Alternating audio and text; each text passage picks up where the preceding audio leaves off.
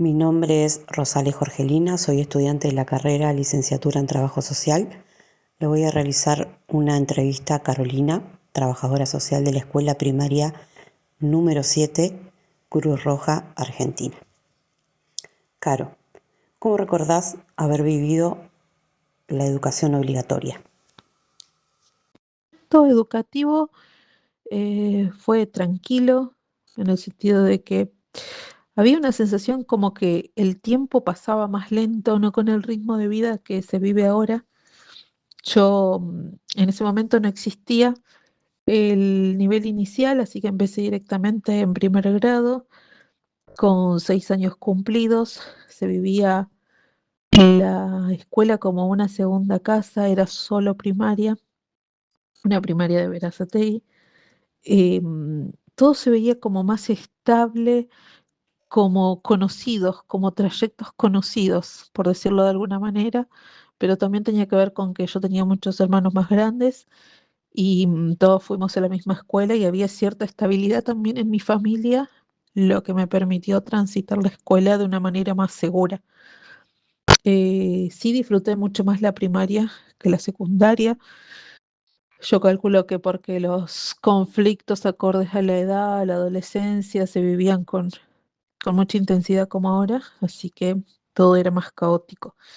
Mis calificaciones siempre fueron altas, pero tenía que ver justamente con esto, con la presencia tanto de mi mamá, de mi papá, de mis hermanas y de mis tíos, em, supervisando las carpetas, yendo a las reuniones de familia, participando de cualquier solicitud que desde la escuela se hacía. Bien, ¿cuál fue el máximo nivel educativo alcanzado por tu padre, madre o hermanos? Con respecto al nivel educativo alcanzado por mi familia, mi mamá y mi papá tienen la primaria incompleta. Ellos son del Monte de Santiago del Estero. Tuvieron que dejar la escuela primaria para ir a trabajar en las plantaciones de algodón y la caña. Em, Aproximadamente a los 15, 16 años se vinieron para Buenos Aires buscando mejores oportunidades en lo laboral. Con respecto a mis hermanos, uno de todos ellos intentó hacer una carrera universitaria, sin éxito no la finalizó, y soy yo la única en línea vertical ascendente, vertical descendente y horizontal de toda mi familia que pudo acceder a un título universitario, incluyendo primos, tíos, sobrinos. Hasta ahora yo tengo una familia súper amplia y soy la única que pudo acceder a un título universitario. Entonces vive con cierta culpa por un lado y con cierta responsabilidad sobre todo. Durante tu infancia, ¿qué actividades realizaban los adultos de tu familia de origen? Tu mamá, tu papá. La actividad laboral de mi mamá siempre fue como empleada de familia, empleada de doméstica, digo, en casas de familia. Tenía distintas casas, aproximadamente tres, y años, décadas, trabajó para las mismas familias. Eh, lo que recuerdo es que el horario súper extendido era a las 6 de la mañana ya se iba y volvía a las 8 de la noche. Era todo el día estar fuera de la casa. Y mi papá era albañil, obrero en la construcción, en realidad. También era la jornada de todo el día. Siempre nos manejamos entre los hermanos, nos organizábamos y como los dos, viviendo en Florencio Varela, trabajaban en Capital Federal, a la jornada laboral se incluye las horas que ellos tenían, que nosotros teníamos 2 horas y media en hora pico para ir y otras 2 horas para volver. Respecto a a esta seguridad que yo menciono, tiene mucho que ver que tanto mi papá como mi mamá tenían trabajos por fuera de lo que era el hogar y esto nos permitió esa seguridad de poder siempre tener una casa en condiciones, ropa, zapatillas y la comida de cada día. Bien, ahora dejamos un poquito de lado la experiencia educativa y familiar y vamos a pasar a la trayectoria laboral y formativa. Caru, ¿cuál fue tu primera actividad laboral? ¿Cuántos años tenías? ¿Qué sector de actividad era? ¿Estaba bajo condiciones contractuales? Eh, Contame un poquito. Eh, yo mi primera actividad laboral ni la cuento porque era ayudante de empleada de animación de fiestas. Hubo un tiempo que estaba muy de moda contratar una persona que tenía todo su equipo de trabajo con inflables, con juegos y con su personificación.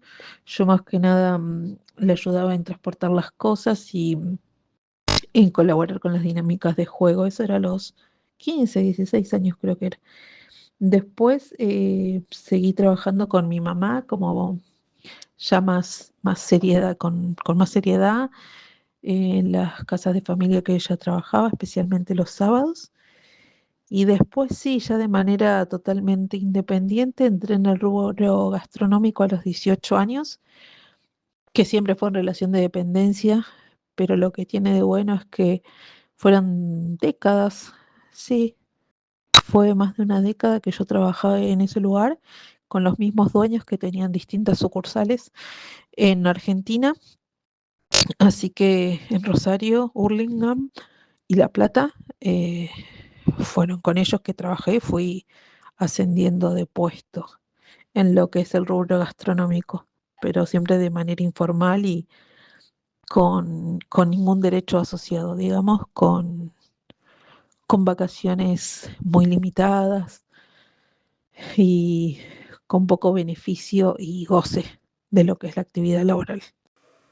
Bien, ¿me podrías ahora resumir brevemente cómo fue todo este tema de tus actividades laborales hasta llegar a tu trabajo actual de trabajadora social? Si hubo interrupciones en el medio, cuáles fueron esas condiciones contractuales también en esos otros trabajos. Laboral, como venía contando, incluye los rubros de limpieza, gastronomía. En gastronomía fui ascendiendo de posición, de puesto. En distintas ciudades he trabajado y llegué a ser supervisora. Eran muchos años de trabajar de noche y jornadas extendidas en los horarios. Era un solo franco a la semana. Y si bien el cobro me permitía solventar los gastos, especialmente cuando tenía un puesto mejor, la principal dificultad era cuando tenía que cursar materias que, especialmente los talleres y las prácticas preprofesionales, que tenían mucha demanda de horario. Así que ahí fue cuando se complicó todo. Yo me recibí en 2019 en la Universidad Nacional de La Plata. Me mudé a Mar del Plata por una situación personal y realicé la residencia de salud en INAREPS. Y justo este instituto de rehabilitación no ofrecía continuidad laboral una vez que atravesabas los años de formación. Así que empecé a trabajar como monotributista dentro del ejercicio profesional de nuestra profesión. Es un poco chocante cuando terminas la universidad, la residencia, digo, y no te ofrecen la posibilidad de continuidad laboral, bien sea en el lugar donde te formaste, que en mi caso era área de discapacidad, o en otro organismo o institución del Estado, o no sé, algún convenio que puedan tener. La verdad que es una falencia bastante importante cuando terminas la residencia y te encontrás en la nada. Yo empecé a tirar currículum en todos los lugares. Me llamaron de un centro de diálisis, que fue el primer trabajo por fuera de la residencia, y todos los trabajos a partir de ahí fueron monotributistas hasta que entré en el sistema educativo. Bueno, bien, en el medio de toda esa trayectoria laboral y formativa hay una vida en el medio. ¿Cómo? Vamos a hablar un poquito de eso. ¿Tuviste hijos? ¿No tuviste hijos? En el caso de haber tenido, ¿tuviste la posibilidad de tener una licencia remunerada por la maternidad? ¿Cómo resolviste después el tema de los cuidados una vez finalizada esa licencia? Hijos es un tema muy delicado porque si bien yo tuve un hijo, no lo parí y el hecho de no parirlo, más allá de que yo haya por 12 años cumplido con todos los roles que la maternidad implica, no tuve ningún derecho asociado. Incluso justo los años que yo trabajé de noche era para no perderme todo lo que era su crecimiento, las salidas, así que bueno, em, por eso yo siempre digo que no parí, pero sí fui madre, así que es medio difícil cuando no legalmente hay que cumplir con ciertos requisitos legales para ser madre y contar con los derechos que asocian a esa figura. Dentro de tu puesto actual de trabajo, ¿tuviste que realizar alguna formación específica? ¿Cómo recordás ese proceso de elección de la formación? Esto de trabajo actual, yo trabajo como orientadora social en una escuela y como trabajadora social en 3 lugares de manera privada. Por un lado, 2 residencias de larga estadía para personas mayores y en un centro de diálisis. Em, la formación, por un lado, que tuve para ser trabajadora social es, como dije, haber realizado la carrera de licenciatura en trabajo social, y para trabajar en la escuela se adiciona el tramo de formación pedagógica que yo lo hice estando ya en Mar del Plata en la Universidad Tecnológica Nacional, que se llama Profesorado en Educación Superior. ¿Tenés más trabajos actualmente? ¿Podés describirme los tipos de trabajo que realizás? Actualmente tengo 4 trabajos. El puesto de trabajo en educación lo ocupé de manera bastante democrática, ya que fue por asamblea. Había una escuela disponible para tomar el cargo de orientadora social, así que fue, si se quiere, de una manera democrática. Y después, con respecto al centro de diálisis, también, porque presenté como antes se hacía de manera presencial, imprimí mi currículum y pregunté en recursos humanos y lo recibieron. Después, como al mes, me llamaron. Creo que lo que es salud, haber sido egresada de la residencia de salud, influye un montón, em, porque es como un valor adicional que lo tienen en cuenta a la hora de evaluar tus capacidades. Después, con respecto a las residencias de larga estadía, en una entré porque me recomendó mi amiga y en la otra porque también me enteré por amigos que estaban buscando trabajadora social y conseguí el contacto de la dueña y la llamé. En esta última residencia fueron 2 entrevistas virtuales y en la tercera ya directamente me confirmaron el puesto. Bien, ahora con respecto, seguimos con el trabajo actual. Coméntame cuál es el nombre del puesto, dónde trabajás, cuáles serían las funciones en la institución en la que trabajás. ¿Cómo describirías tu puesto de trabajo? Y ahí podrías incluir las tareas que incluye la función, tareas que quizás uno realiza y, y sabe que no le corresponden, pero que igual las desempeña igual. Educación, y desde mi corta experiencia, voy por por 2 años ya. Depende de la institución y el equipo de trabajo en el que te desarrolles. Yo soy orientadora social dentro de un equipo de orientación escolar que también tiene una orientadora de los aprendizajes, una orientadora educacional y una fonoaudióloga. Eh, en la escuela donde trabajo actualmente, por lo que voy viendo, prevalece la dimensión institucional, se reduce bastante lo que es el ámbito áulico y escasea mucho el trabajo en la comunidad. Si bien uno puede hacer valer su formación, justificarla con actos, con bibliografía, con legislación, a veces estás cansada y los equipos de trabajo no llegan a consolidarse, así que todo se hace más difícil y más desorganizado. Yo siento que este año es más caótico que el anterior, es mi segundo año en la misma escuela y cuesta mucho llevar a cabo la planificación. Hay muchos conflictos entre estudiantes. Intervenimos cuando hay una agresión física, cuando hay desgano, cuando hay conflictos familiares, intervenciones judiciales, cuando niñez nos llama por diversos motivos y por ahí esas intervenciones no, si bien hay un seguimiento, como que no se trabaja en la prevención y, y en el seguimiento más allá del registro y de poder consultar a las familias cómo se encuentran, porque no hay articulación entre las instituciones que deberían de manera ideal estar involucradas. Trabajamos mucho con la modalidad de reuniones con familias, reuniones con estudiantes a diario.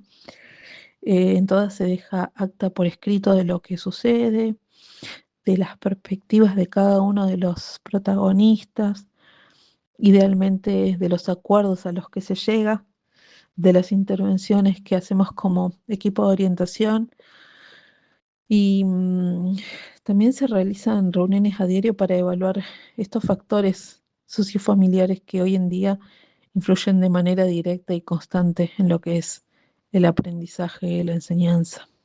Este año algo que sí rescato es que se trabaja mucho con las hojas de ruta de cada estudiante.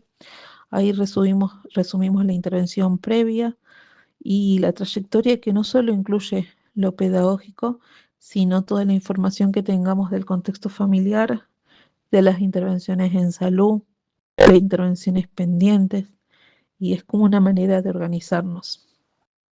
Yo particularmente como orientadora social intervengo mucho en ausentismo, eh, intentando identificar los posibles motivos y qué tan urgentes son. Primero llamadas, diálogos con las docentes, intercambiamos pareceres, reuniones con la familia, concurrencia a domicilio. Implementamos estrategias para motivar a los estudiantes, ya que muchos te dicen que no vienen porque no tienen ganas, y de asesorar a los adultos responsables de la importancia de que ellos como adultos marquen los límites. Articulamos con los centros de salud, las eras, no desde el trabajo social como a mí me gustaría, sino con el Servicio de Salud Mental Infantil, que está conformado por la fonoaudióloga y la psicóloga.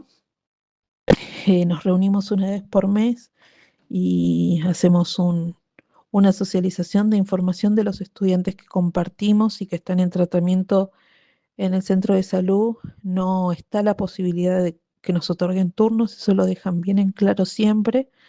Y después con Santa Rita, también a partir de reuniones mensuales, más que nada estamos tratando de que se puedan incorporar los estudiantes que tengan domicilio en Las Heras con la psicopedagoga de Santa Rita, porque en Las Heras no tenemos, y por zona geográfica, aunque digan que ya no existe, sí sigue siendo un justificativo para que no se tomen nuevos ingresos del barrio Las Heras a lo que es este dispositivo que se encuentra en el barrio Santa Rita. Caro, hoy mencionaste que en tu puesto de trabajo de trabajadora social en la escuela te centrás más que nada en lo que es el ausentismo. ¿Qué sucede cuando como orientadora social se, se agotan, se agotan los recursos? ¿Qué sucede con los organismos? ¿Pasa algo? ¿Esto se deriva a alguien más que tenga quizás una autoridad mayor a la institución educativa? ¿Cómo se resuelve eso? Los organismos de niñez no intervienen cuando se trata de situaciones de ausentismos, entonces muchas familias saben que no va a haber consecuencias si vienen o no vienen, y eso es un déficit importante porque la escuela está sola, porque exigen muchísimas cosas y por otro lado no ofrecen acompañamiento desde lo legal, porque cuando uno va a las casas y de manera estratégica informa que la educación es un derecho y que no nos queda otra que si se está vulnerando ese derecho hay que denunciar, en la formalidad sabemos que eso no pasa. Con lo que tiene que ver con organismos municipales, especialmente y centralizando en desarrollo social, cuando se piden recursos, muy excepcionalmente, porque sabemos la respuesta que nos espera, se apela mucho a los conocidos, a los contactos que cada una de nosotras pueda llegar a tener, y, y ahí igual la respuesta es muy limitada. La última vez que hicimos una consulta solo estaban entregando frazadas, tirantes, chapas y estaban haciendo los desagües de los pozos ciegos. Pero lo que es tirantes, hicimos varias gestiones y entregaron a una sola familia. Siguiendo con el rol de orientadora social, este año otra particularidad es que no estamos trabajando con los talleres de ESI, que deberían ser transversales y involucrar a todas sus dimensiones. No hay planificación, por ahí se dan intervenciones aisladas y tampoco está esta posterior evaluación que nos permite ver cómo seguir y qué tanta participación y tanta llegada de lo que se hace tienen los estudiantes. Sí, lo que fue creciendo es un abordaje interinstitucional, especialmente con justicia, los dispositivos descentralizados en el barrio, ya que la realidad lo demanda.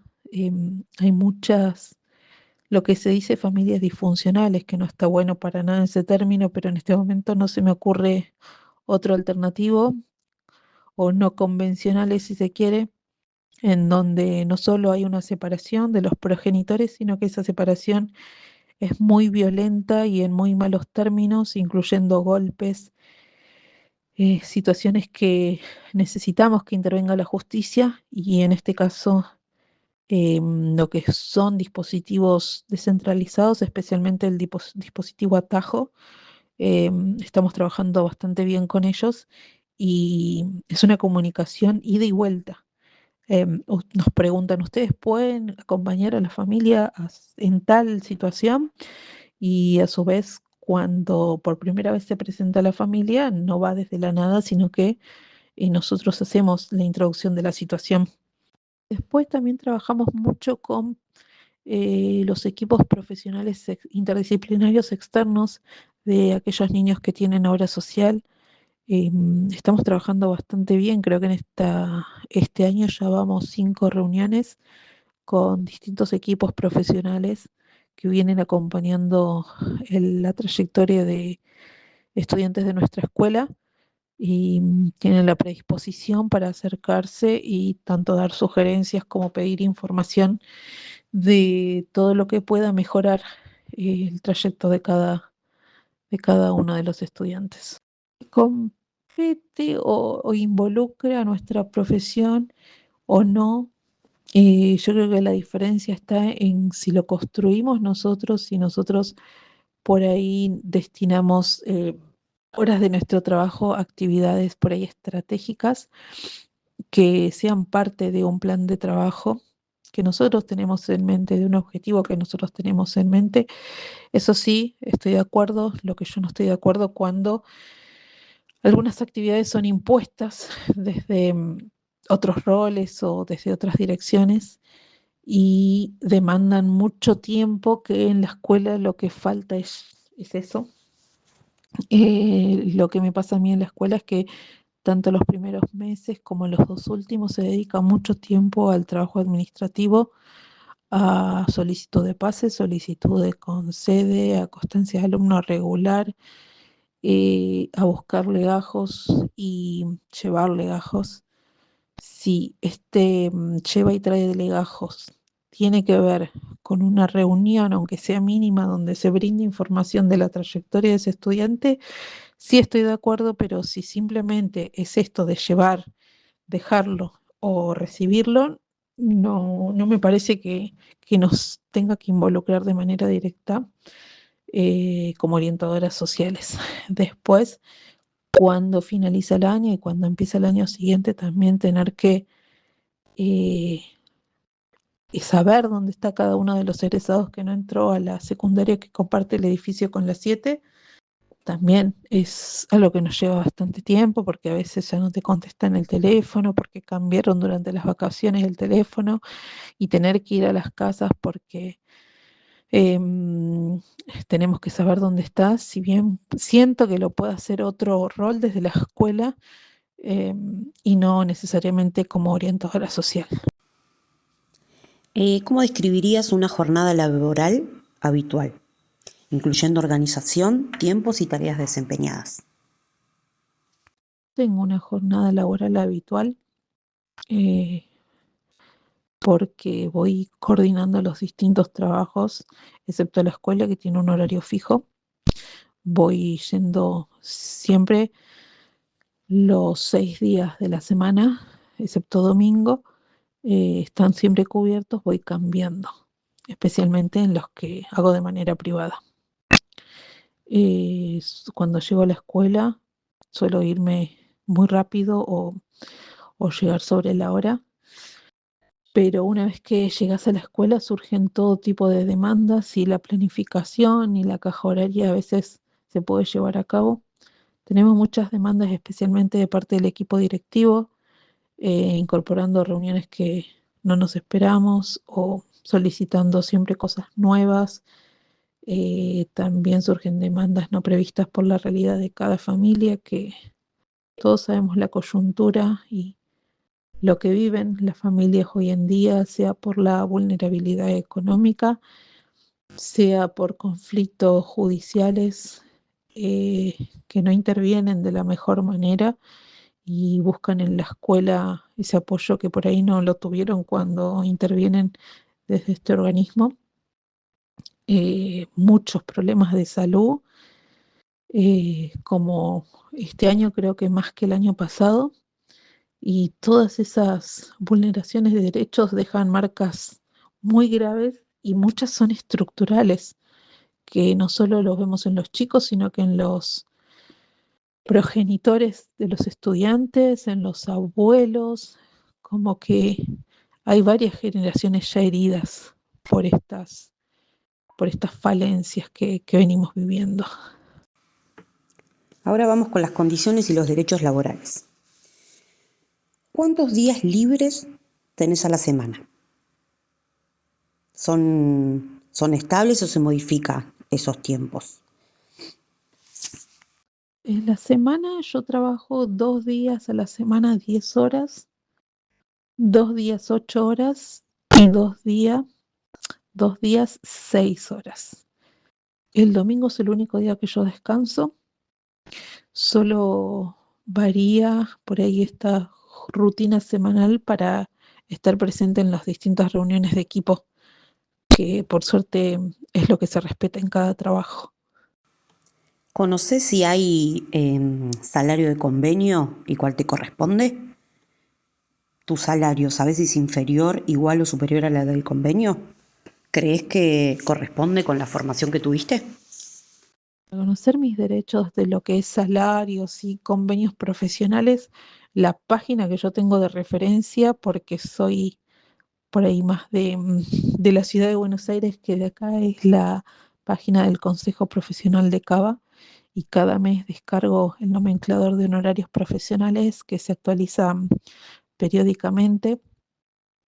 Y lo que tiene de bueno es que utilizan la categoría de unidad de trabajo social, que esto incluye no solo el tiempo de trabajo, sino el proporcional de las cargas sociales, son aportes jubilatorios, obras sociales, licencias ordinarias, y estos valores se actualizan anualmente y se actualizan justamente por el Consejo de Delegados que nos representan. Y esta comparación que hice justo este mes, por ejemplo, para junio, 10 horas de trabajo debería valer cada hora 38.000 pesos. A mí en la residencia me pagan 16.000. Es mucha la diferencia. Después, por ejemplo, cada informe es arriba de los 500.000 y a mí me pagan 20.000 cada informe. Así que o sea, es estar alerta, conocer lo que nos corresponde para por ahí hacer mejores negociaciones, pero tampoco se está pudiendo aspirar a que se acerque a ese valor estipulado por el Consejo de Delegados. Yo percibo como remuneración está muy por debajo de lo establecido y no se corresponde para mí con la formación. Más que nada, por ejemplo, volviendo a la escuela, yo realicé muchas capacitaciones del CIE. Esto no sé si se puede decir, pero antes de enterarme que muchos compraban puntos, yo hice infinidad de capacitaciones que te sumaban 0,4 puntos y te llevaba mucho tiempo presencial más la entrega de trabajos prácticos y las exposiciones. ¿Notás algún cambio en tu situación laboral a partir del cambio de gobierno este que tuvimos?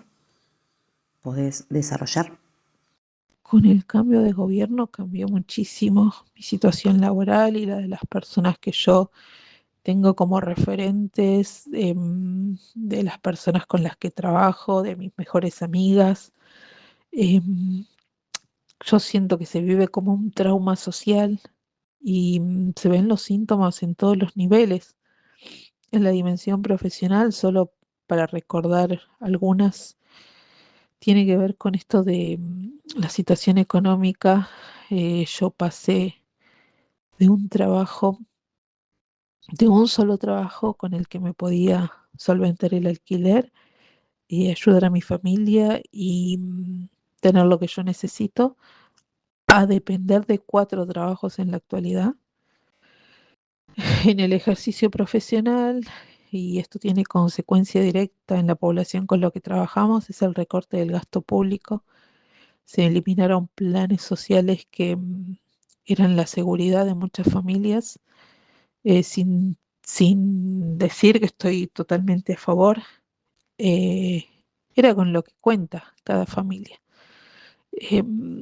Esto no solo aumenta el costo de vida, sino que tampoco cuentan con ingresos económicos para asumir ese costo que debemos afrontar todos, con la diferencia de que algunos sí podemos hacerlos y otros dependen de, de otras personas o directamente lo están sufriendo porque no pueden afrontar lo que implica. Y otro cambio significativo que tiene que ver con este trauma social es la cantidad de colegas despedidos.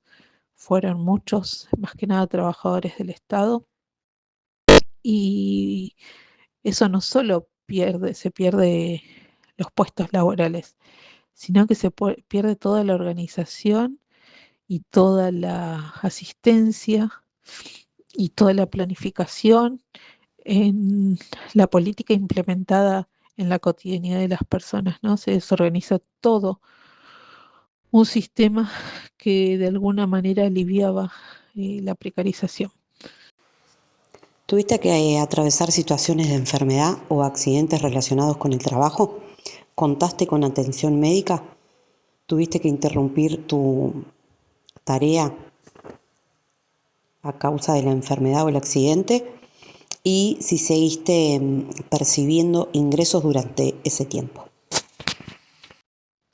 Las situaciones de enfermedad que a mí me tocó atravesar, si bien fueron físicas y bastante severas, se vinculaban directamente con lo emocional, con una situación personal que yo viví, y fueron en 2021 y 2022. Tuve la intervención quirúrgica en un pecho y como estaba en la modalidad de trabajo de formación profesional dependiente del Ministerio de Salud, sí conté con todos los derechos pero me enfrenté con el maltrato de una colega que eso no, que me marcó bastante, cuestionando, cuestionando las faltas que, que yo tenía en mi trabajo en ese momento, pero sí, conté con los derechos, ¿no?, que correspondían en ese momento y con la atención de salud, eh, respetando el goce de sueldo, digamos. Otra cosa que yo recuerdo tiene que ver con el trabajo precarizado y el tiempo que a mí me tocó estar sin empleo en relación de dependencia y que dependía solo del monotributo. Es mucha la inestabilidad que se siente porque estás sin derechos asociados y vulnerable a, a que se te regule tu trabajo, tu intervención, tu jornada laboral, sin que tengas cómo defenderlos muchas veces. ¿Experimentaste algún malestar físico o emocional persistente o transitorio que pueda atribuirse a tu trabajo? Con respecto al trabajo, no, malestar físico no, y emocional sí, más que nada por todo lo que venimos hablando y por ahí haciéndolo muy personal, lo emocional tiene que ver con la falta de compañerismo, la falta de compromiso y con el estrés laboral con el que se vive todas estas situaciones. ¿Percibís algún ingreso monetario por fuera del salario de la ocupación principal? ¿Alguna ayuda familiar, algún ingreso estatal, algún ingreso de esos? Por fuera de la ocupación, no, no percibo ningún ingreso económico. ¿Estás afiliada a un sindicato, organización social o partido político? ¿Participaste en acciones de reclamo con sindicatos u otras agrupaciones? ¿Podés relatar? Afiliada a ninguna organización, partido, ¿no? Sí, participé especialmente en la época de facultad, cuando estudiaba la carrera de trabajo social, era parte del centro de estudiantes, participaba en todas las asambleas, conocí lo que es la modalidad de asamblea que yo sigo sosteniendo que es la base de cualquier debate. Intento implementarlo en los distintos espacios, con las personas con las que trabajo, especialmente con el público, lo que sería el público y el debate político. Así que sí, participé de las asambleas, de los centros de estudiantes y fui conociendo la fuerza que pueden tener las convicciones propias y del grupo de pares con el que uno se vincula. En las marchas siempre intento estar en aquellas que se intenta visibilizar las vulneraciones a los derechos actuales, a aquellos que son parte de nuestra historia y gracias a mi mejor amiga, no solo marchamos cuando está en peligro un derecho humano, sino que también las otras especies. ¿Alguna vez consultaste al sindicato u otro organismo o institución por tus derechos laborales o por algún problema puntual de tu trabajo? ¿Tuviste, tuviste alguna respuesta? Cuando yo trabajé en el Ministerio de Salud no cobré por los primeros 6 meses y yo llegué de mi ciudad con muchas deudas y esas deudas no paraban de crecer y crecer. Tenía que seguir pagando el alquiler, la comida. Fue una época muy, muy fea y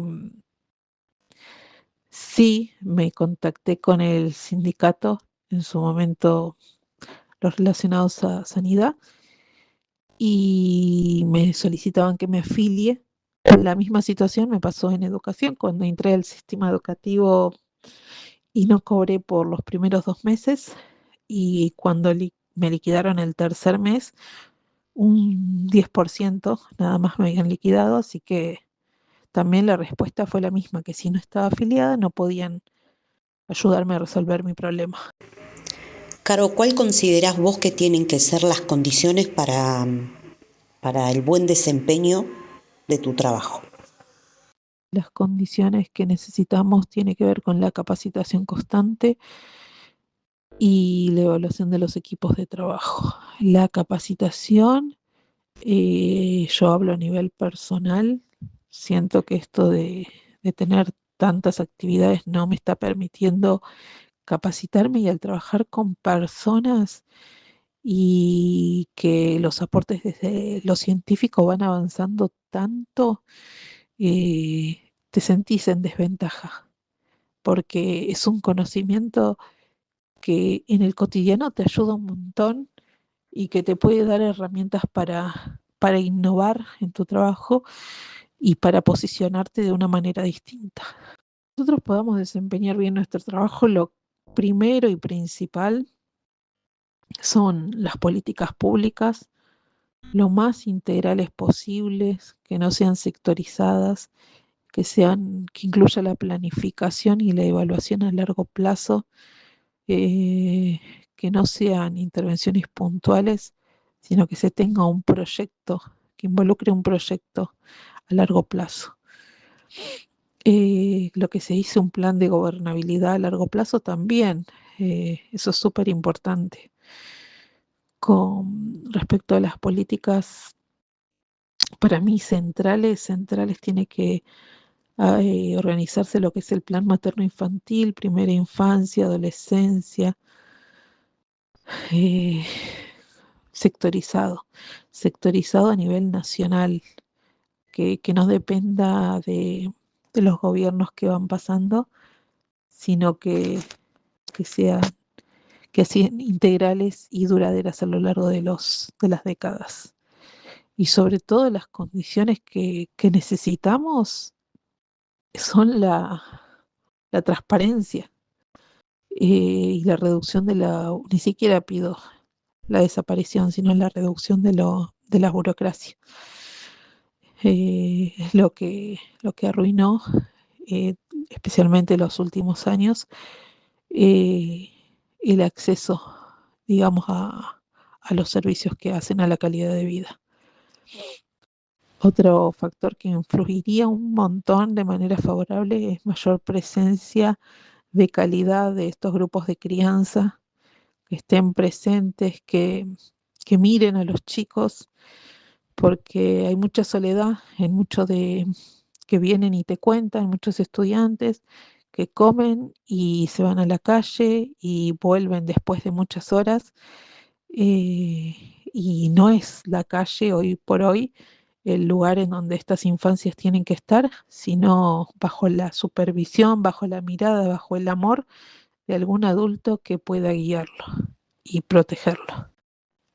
Es innumerable, la verdad, la cantidad de cosas que se me ocurren para que nuestro desempeño pueda ser mejor. Pero lo que yo veo, por ejemplo, es que necesitamos mejores estructuras en las instituciones, desde lo edilicio también.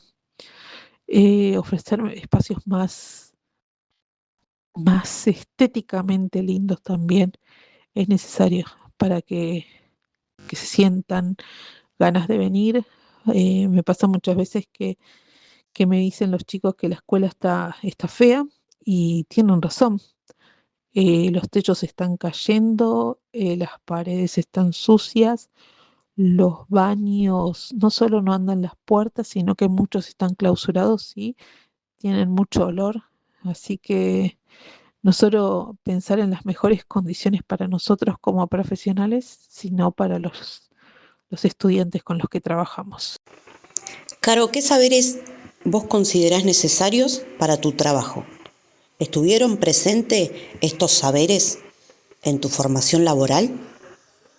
Respecto a los saberes presentes, yo siento que sí estuvieron presentes aquellos que tienen que ver con las normativas, del ejercicio profesional, la ley de ejercicio profesional, el código de ética, las incumbencias profesionales, todo lo que es legislación nacional, internacional, los convenios internacionales, derecho de familia, derecho civil, derecho, una partecita del derecho penal, aquellas teorías que nos permiten hacer una lectura macro y micro de la sociedad, de los distintos modelos productivos, del rol de la disputa del capital y el trabajo, de los distintos modelos de trabajo social y cómo fue cambiando eh, el posicionamiento, digamos, el, no el posicionamiento, sino los distintos modelos de Estado. Toda esa información siento que sí estuvo, pero nunca es suficiente porque nosotros trabajamos con las personas, trabajamos con la realidad, trabajamos con las distintas situaciones que sabemos que son producto de coyunturas y estructuras muy dañadas, y que el análisis de lo que vemos sí o sí tiene que remitirse a los otros contextos, a los otros niveles estructurales de la sociedad. eh, Así que nunca va a ser suficiente la información, creo, en 5 años que uno tiene de carrera. Así que uno, por eso considero que la capacitación nunca tiene que parar. Y lo que tiene el trabajo social es que también se desempeña en múltiples ámbitos y cada ámbito tiene sus particularidades. Por ejemplo, en educación, además de todo lo que compete, lo que involucra nuestro ejercicio profesional y las normativas, tenés que saber el reglamento general de escuela, la legislación, como ya dije, los estatutos que hablan del rol del equipo de orientación escolar, de los roles de cada uno por separado, de las situaciones de conflicto, que eso nos ayuda bastante, como para tener un marco desde donde intervenir cuando la realidad a veces es tan confusa o una situación que involucra varios derechos vulnerados. eh, es un buen punto de partida. ¿Cómo describís el vínculo que estableces con las personas con las que trabajás, a las que le prestás servicios? El vínculo con las personas es, sea la población que sea que involucre nuestro trabajo, para mí es lo más importante, es nuestro principal insumo. Y construir el vínculo no es nada fácil. Para mí, yo cuando entro a un trabajo o cuando hay una persona nueva o un estudiante nuevo, el objetivo principal es construir el vínculo y después de eso sí, plantear desde tu conocimiento y desde lo que la persona te plantea, construir ahí el objetivo de intervención, mediado por tu lectura, ¿no? De la situación y de la realidad y de los recursos y del momento histórico en el que estamos, plantear la estrategia de intervención, pero siempre se parte de construir el vínculo, porque si no te falta la base desde la que construís tu intervención. ¿Recordás situaciones de reconocimiento, de satisfacción con las personas a las que prestás servicios? Eh, ¿Podés relatar alguna experiencia que hayas tenido? Reconocimiento, sí, nosotros que trabajamos con infancias, ese abrazo que recibís cada día, creo que es el principal valor, el principal reconocimiento, a nuestro trabajo que tenemos. Particularmente, yo me llevo muchas, muchas frases en la que vos decís, estoy interviniendo de manera positiva en la vida de esta persona en desarrollo, de esta criatura. Así que reconocimiento un montón. Eh, es eso, las palabras que te dicen los chicos, o los adultos mayores también. eh, el afecto que recibimos como retribución, creo que es lo más importante. Bien, entiendo que así como cualquier situación tiene sus cosas buenas y sus cosas malas. ¿Has tenido que pasar por alguna situación de tensión o conflictividad con las personas estas a las que prestás servicios? Una anécdota de la situación por suerte no fueron muchas situaciones de tensión. Cuando yo trabajaba en el barrio Tolosa, había un arroyo que se llamaba el Arroyo del Gato y para poder ingresar te pedían una colaboración económica como especie de peaje para poder entrar al barrio. Eso tuve que ceder. En ese momento no se me ocurrió otra estratégica y lo hice creo que por 2 meses y después, ya una vez que fui construyendo lazos con una referente de un comedor comunitario, ella pudo hablar con estas personas para que yo pueda ingresar al barrio de manera sin limitaciones. Y después otra experiencia que también recuerdo que me afectó bastante fue cuando iba a trabajar en bici a un centro de salud y una persona que se tendía, yo en realidad estaba dando un taller y escuchaba unos martillazos. Bueno, no le di bolilla. Cuando termino de dar el taller, me encuentro con que la policía estaba con una masa rompiendo el candado de mi bici y le pregunto qué había pasado y me dicen que la señora decía que la bici era de ella, yo decía que la bici era mía. Me llevaron en patrullero hasta mi casa para buscar la factura de la bici. Por supuesto que más allá que yo guardaba todo, no encontré la factura. Me volvieron a llevar en patrullero hasta la comisaría. Ahí me acompañó mi hermano. Eh, bueno, la policía me demoraron un tiempo significativo. Tuve que poner abogado para recuperar mi bici y la recuperé después de más de un año. Eh, Después cuando todo se aclaró porque en la mueblería donde compramos la bici tenían el registro de la compra, me dijeron si quería hacer una contra denuncia a la señora que me había denunciado a mí y yo quería terminar porque la señora se veía que no estaba bien de salud desde un principio. Relacionado a la escuela, una experiencia hostil es que se reitera bastante cuando por ausentismo vamos a la casa y te dicen que ya saben lo que pasa, que ya saben que nos los podemos denunciar, pero que es actitud desafiante. Siempre, por suerte, entre estas situaciones conservamos la calma y tratamos de ser empáticas porque no nos limitamos al derecho vulnerado del estudiante o la estudiante, sino que también nos toca ver qué le pasó a esa madre o a ese padre para, para encontrarse en la situación de no valorar eh, la infancia y todos los derechos de esa etapa de la vida, ¿no? Por ahí también está bastante lastimada, así que tratamos de ser empática y la mayoría de las veces funciona, eh, porque al principio suelen mostrarse un poco a la defensiva y una vez que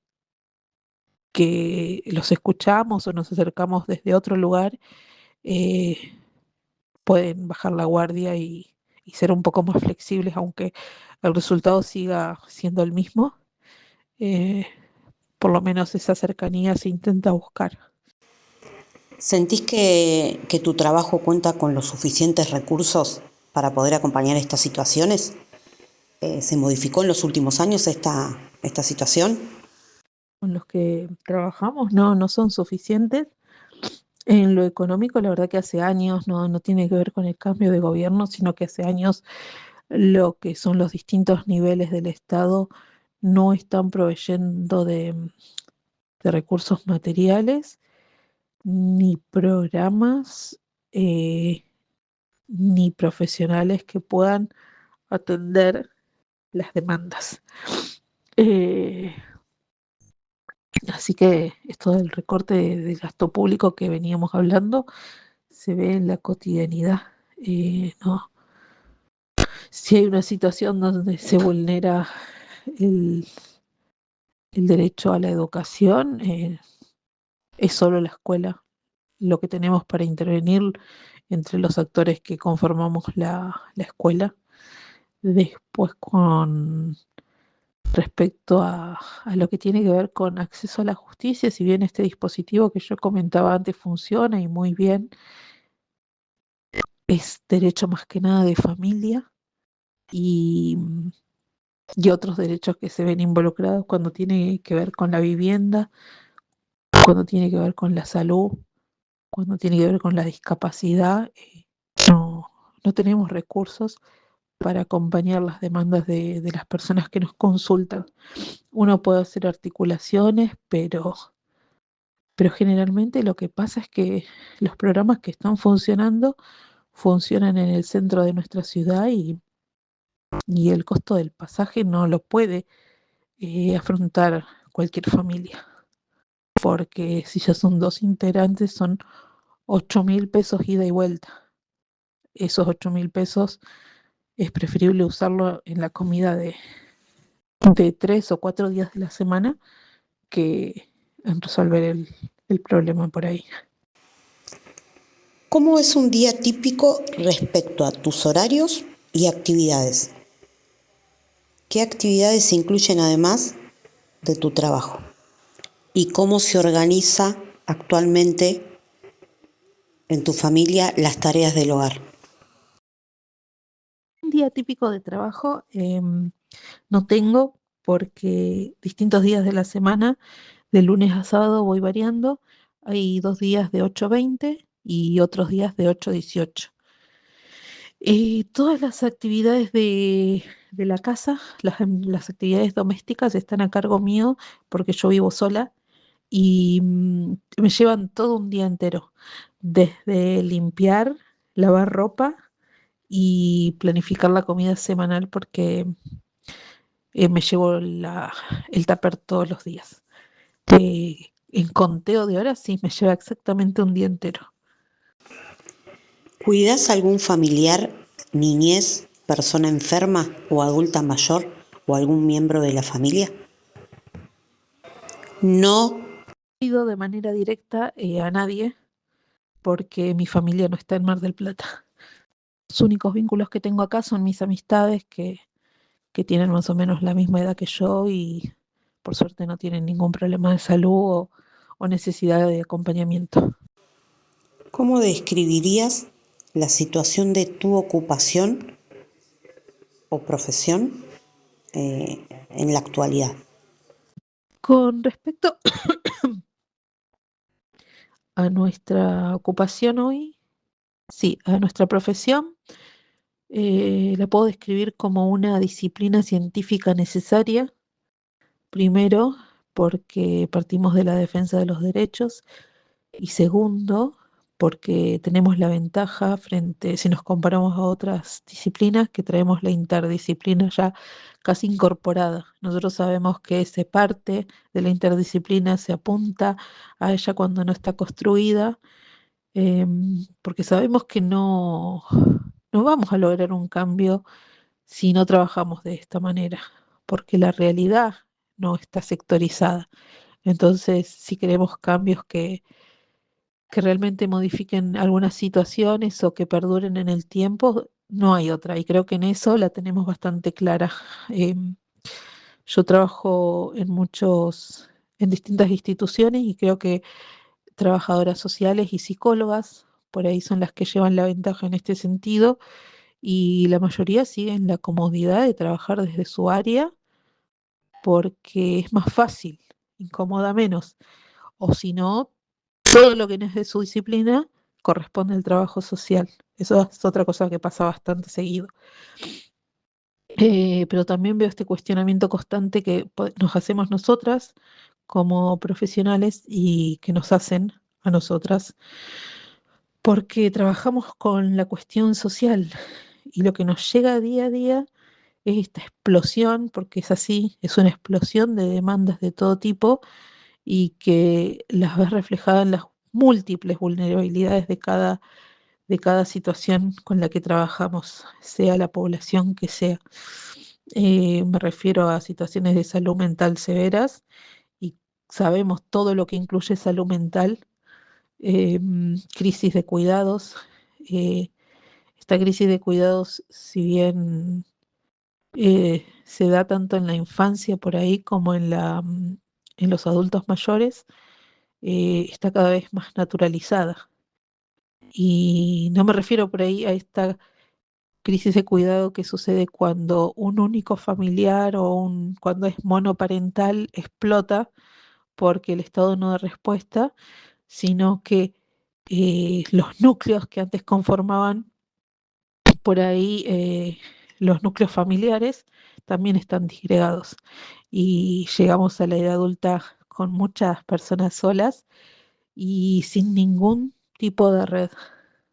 Así que también la crisis de cuidado y nosotros que vemos en la escuela también la desvalorización de la educación, la falta de proyectos de vida cuando son un poco más adolescentes y la escasez de recursos de todo tipo, de recursos económicos, de recursos emocionales para poder gestionar los enojos, la violencia y todo eso, ¿con qué lo abordamos? Con políticas públicas cada vez más ínfimas, cada vez más sectorizadas, cada vez más puntuales. Entonces es bastante crítica la descripción que se puede hacer desde nuestra profesión. Eh, Nosotros lidiamos con eso, con lo que veníamos hablando de la precarización laboral, la burocracia extrema, eh, y el desgaste físico y emocional que no solo vemos en las personas con las que trabajamos, sino en nosotros mismos.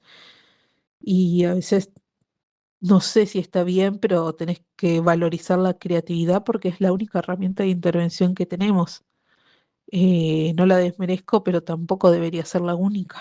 Y actualmente sí, termina siendo lo único con lo que contamos.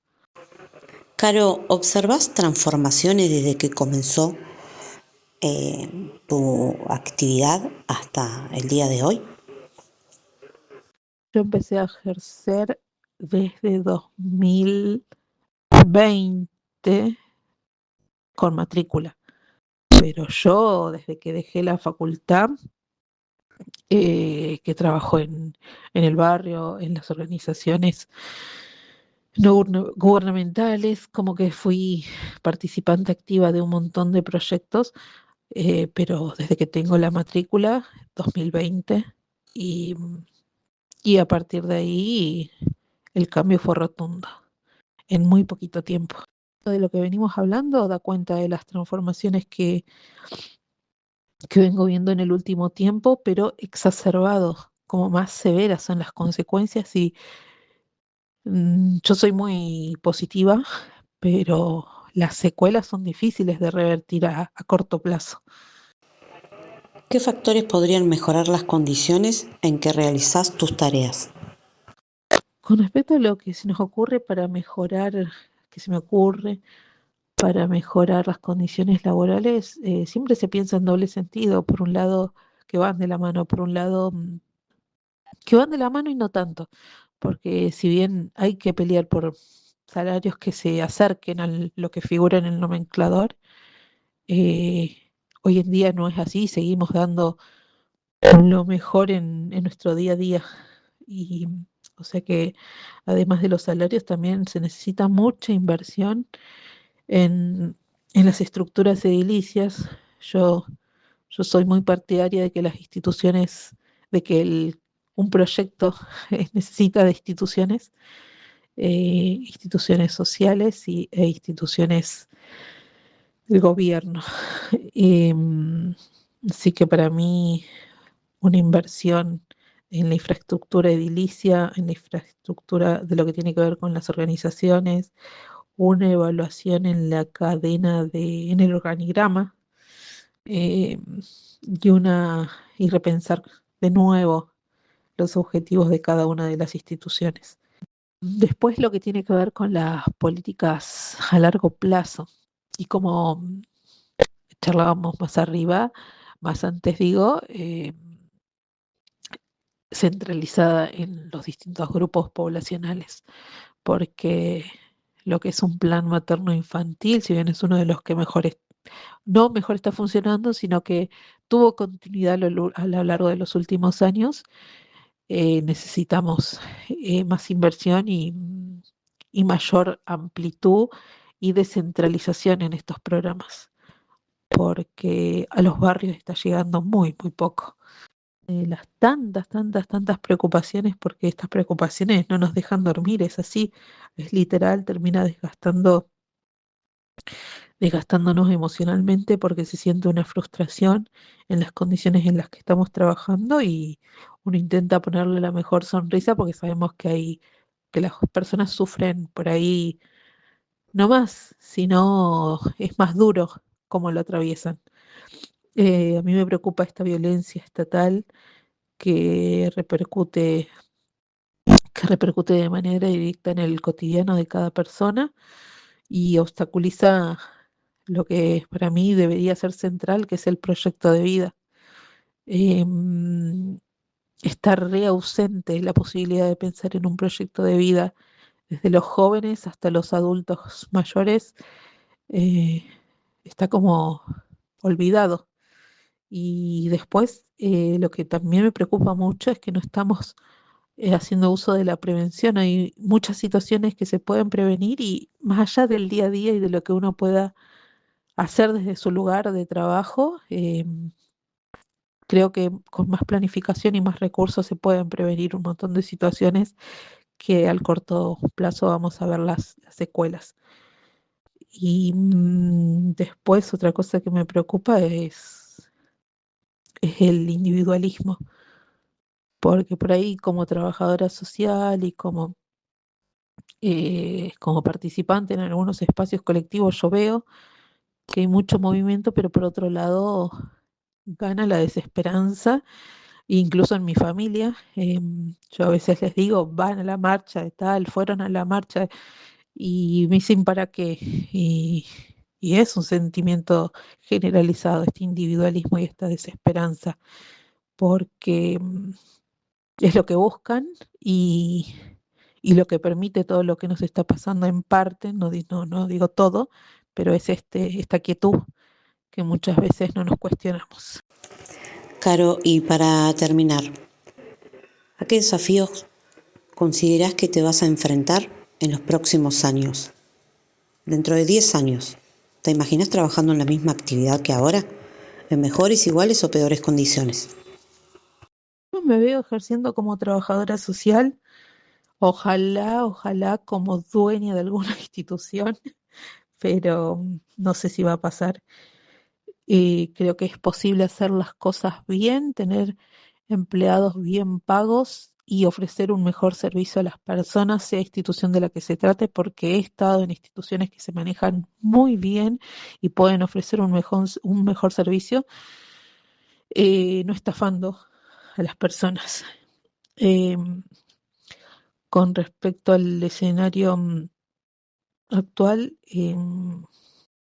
me cuesta, me cuesta imaginarme sin ser un poco pesimista, pero desconfío mucho en la política, si bien gracias gracias al tiempo, por un lado, que pasa rápido, falta poco para que termine este gobierno, pero tampoco te da esperanza ningún líder positivo, porque no existe, y la falta de transparencia también te quita lo poquito de positivo que podés ser cuando pensás el futuro. Pero yo creo que sí sería posible un cambio si hay una modernización total en la administración pública y que se piense en un proyecto sostenible de crecimiento, no solo económico, como actualmente apuntan, que tampoco se produjo, pero bueno. Eh, y también me da esperanza saber que seamos conscientes que con la participación ciudadana es posible hacer un cambio. Así que es como una mezcla de pesimismo y de esperanza y sinceramente me cuesta proyectarme acá a 10 años.